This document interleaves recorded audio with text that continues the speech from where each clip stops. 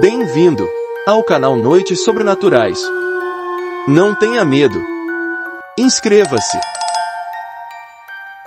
Deixe seu like. Canal de entretenimento com conteúdos exclusivos. As manhãs eram marcadas pelo canto dos pássaros e pelo cheiro de pão fresco que saía da padaria de Dona Olga. Os moradores se conheciam pelo nome, e qualquer novidade era rapidamente espalhada pelas ruas de pedra e pelas varandas das casas simples.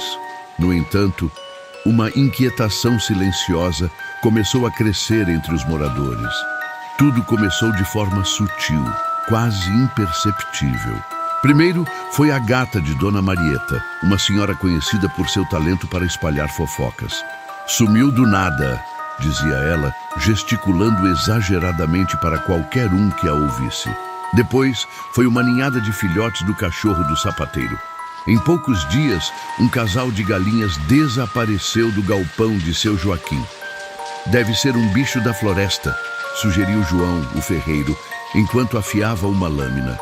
Talvez um lobo ou uma onça. Mas aquilo não fazia sentido. Durante anos, a vila conviveu com os animais selvagens das redondezas sem problemas. Nunca houve ataques, nunca um cachorro ou gato havia sumido daquela maneira.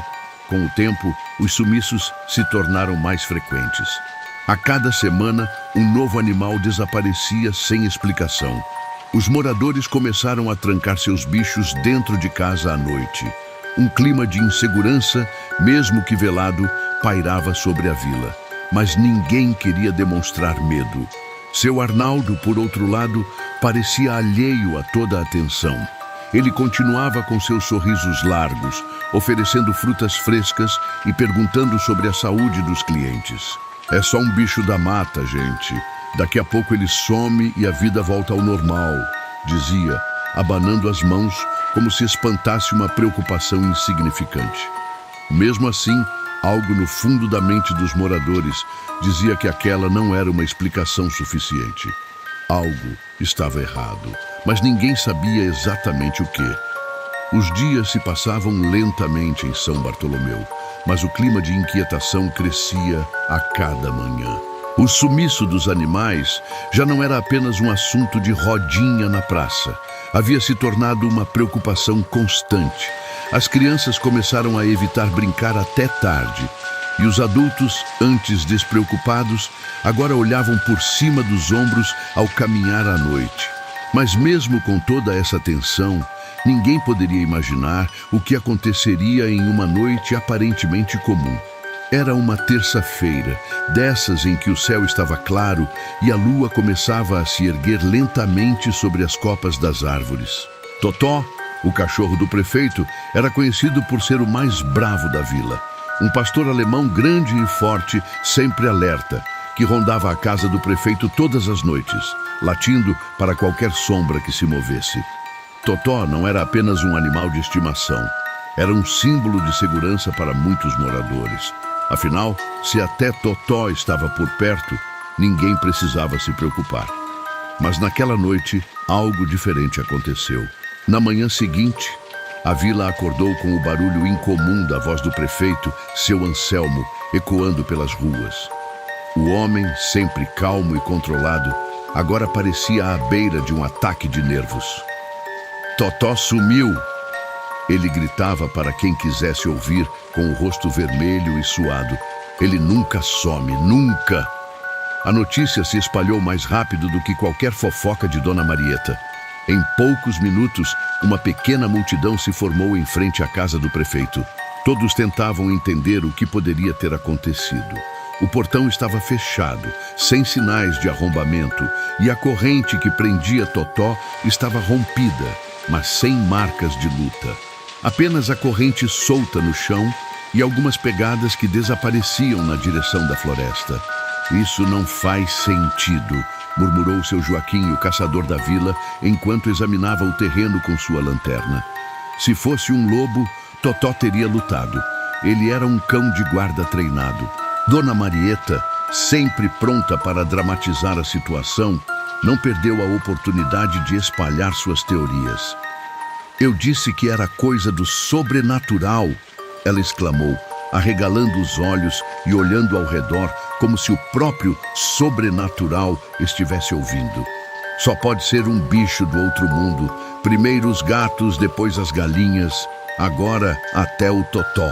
Isso é obra do capiroto. Alguns moradores riram, tentando aliviar a tensão, mas no fundo, a ideia de algo sobrenatural não parecia tão absurda.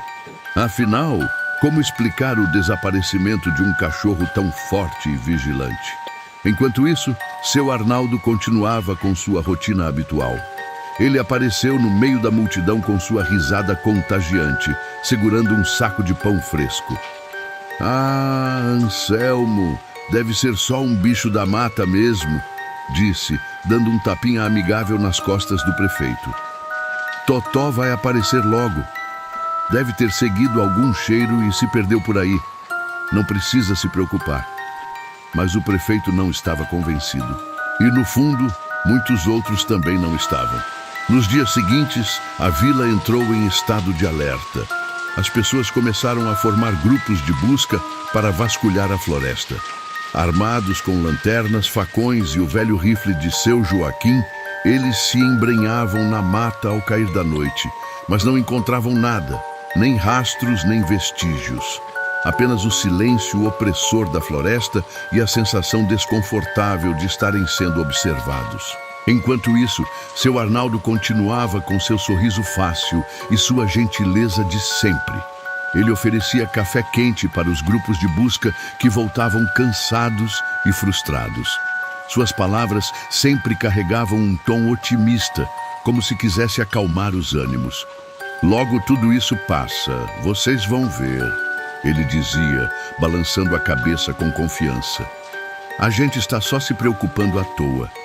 Mas, apesar de sua postura tranquilizadora, algo em seu Arnaldo começava a aparecer fora do lugar. Pedroca, o garoto curioso da vila, não conseguia tirar os olhos dele. O menino era observador por natureza, e havia algo que não batia. Ele notava como seu Arnaldo sempre estava cansado nas manhãs seguintes aos desaparecimentos. O homem chegava à mercearia com o rosto suado, como se tivesse passado a noite acordado. "Mãe", Pedroca comentou uma noite enquanto jantavam, "você já reparou como o seu Arnaldo anda meio estranho?"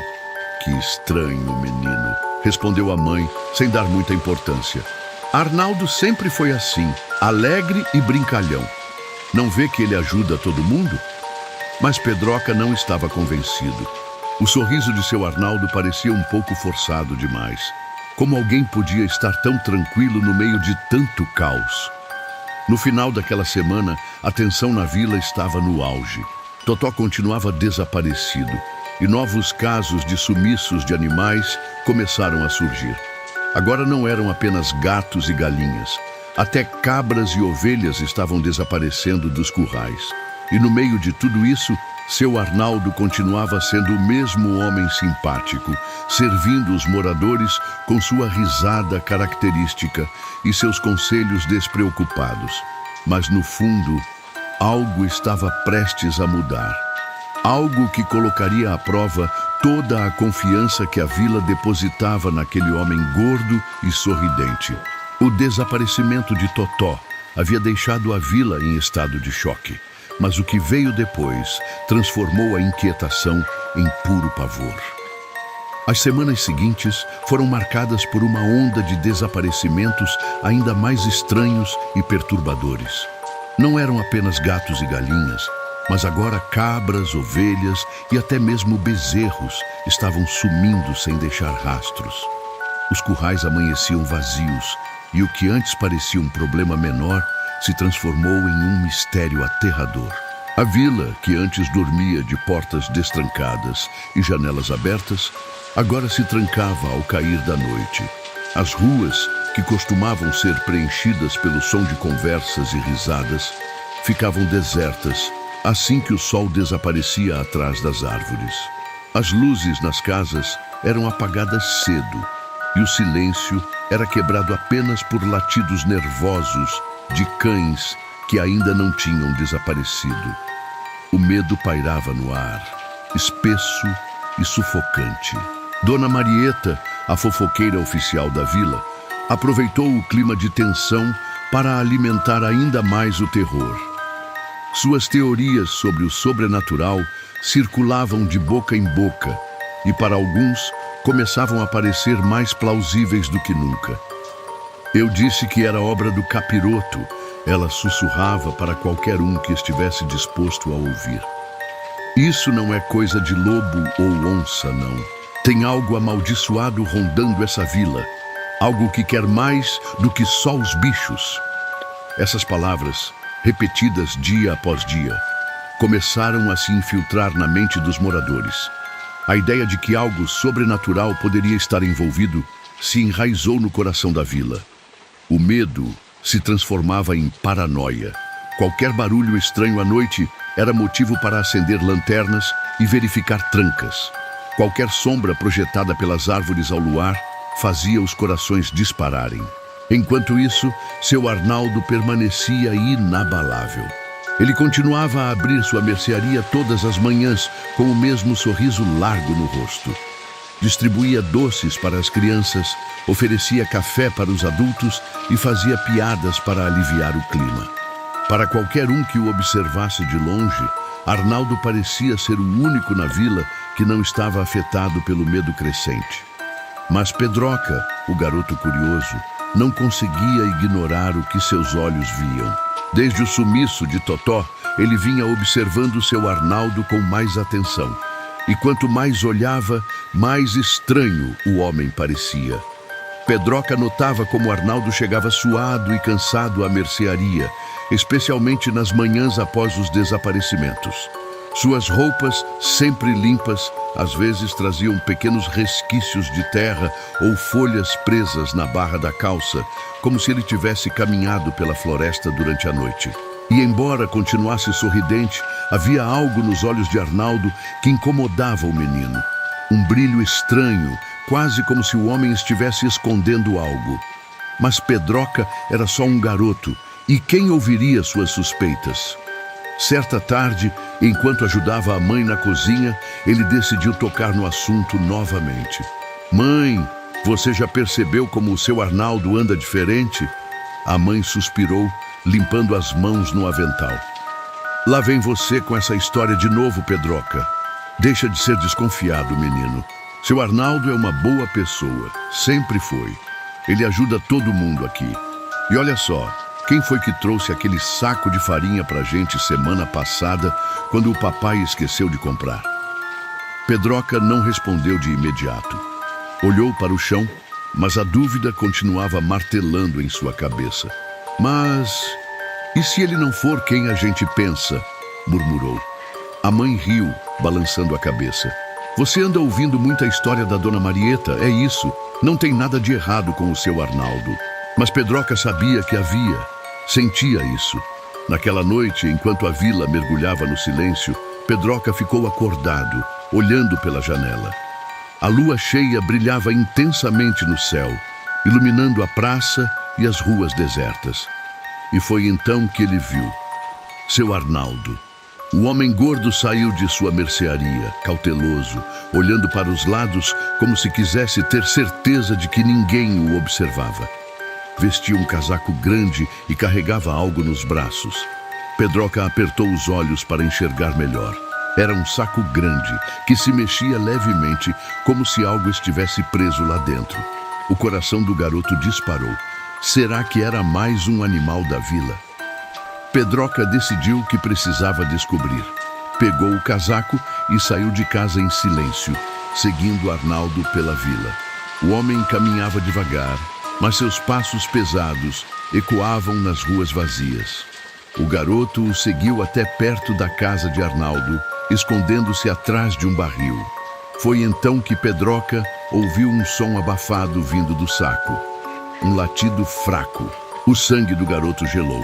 Ele sabia exatamente o que aquilo significava. Sem pensar duas vezes, Pedroca correu de volta para casa, o coração batendo tão rápido que parecia que ia sair do peito. Ele sabia o que tinha visto e agora tinha certeza.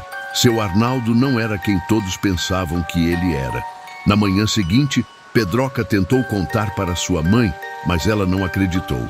Disse que ele estava imaginando coisas, que devia parar de ouvir as histórias de Dona Marieta. Mas Pedroca sabia que não era imaginação. Ele precisava de um plano. Se ninguém acreditava nele, ele teria que provar por conta própria. A próxima lua cheia estava chegando e Pedroca estaria pronto. A semana seguinte passou devagar, como se o próprio tempo estivesse hesitante em avançar. A vila de São Bartolomeu mergulhou ainda mais fundo no medo, com os moradores se tornando sombras do que eram antes. As conversas que antes ecoavam animadas pela praça, agora se resumiam a sussurros desconfiados. As crianças, antes barulhentas e cheias de vida, estavam silenciosas, presas dentro de casa como pássaros em gaiolas. Pedroca, no entanto, estava inquieto. Cada dia que passava o deixava mais convencido de que havia algo terrivelmente errado com seu Arnaldo. O que viu naquela noite, o saco que se mexia, o latido abafado, não saía de sua cabeça. Ele sabia que precisava agir, mas também sabia que ninguém acreditaria nele sem provas.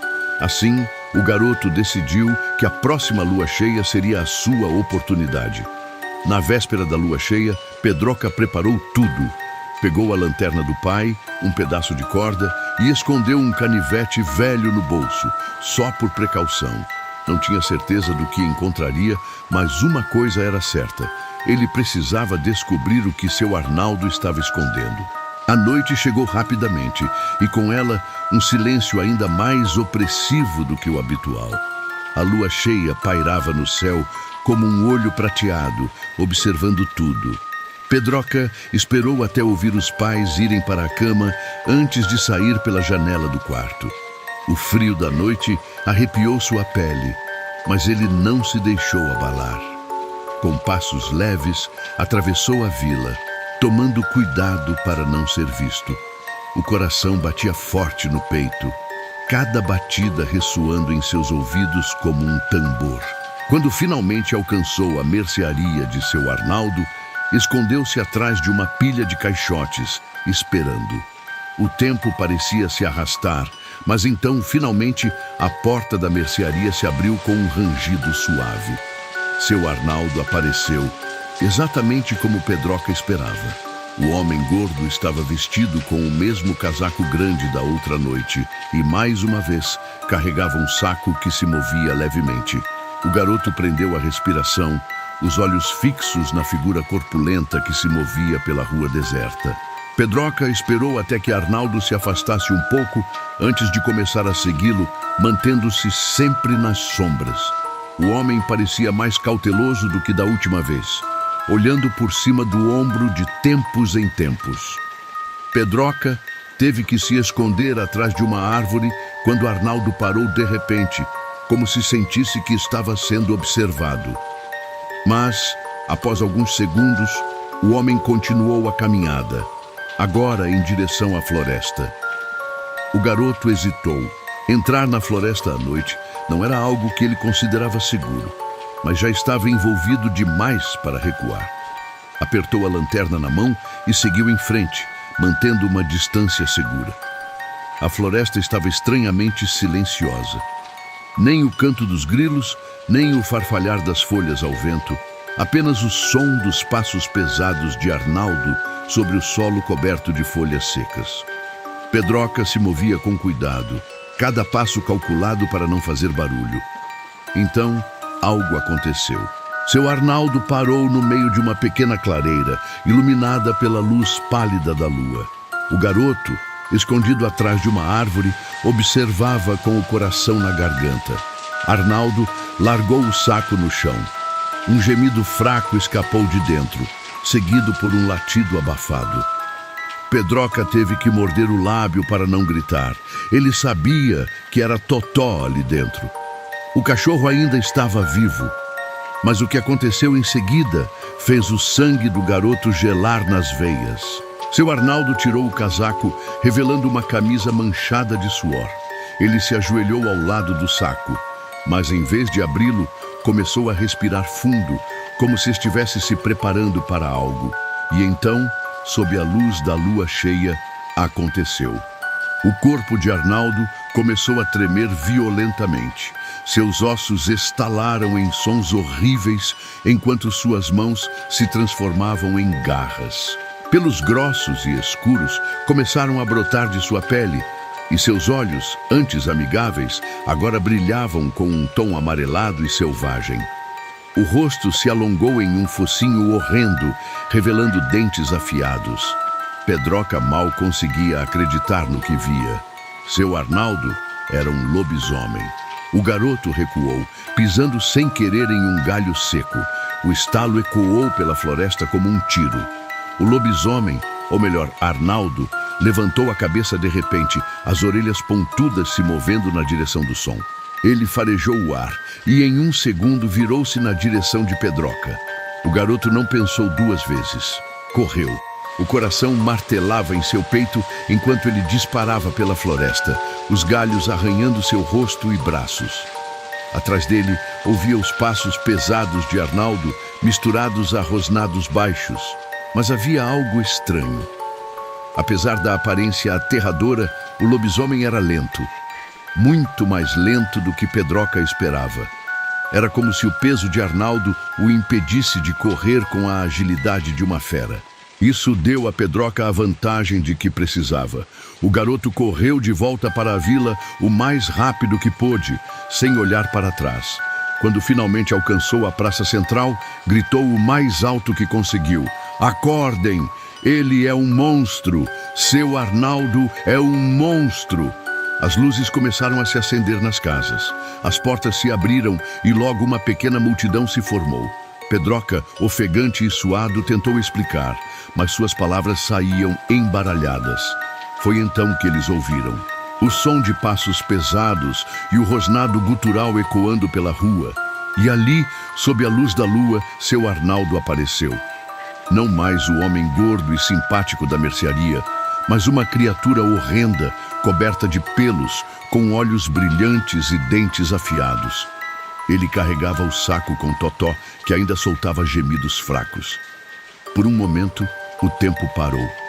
Ninguém sabia o que fazer.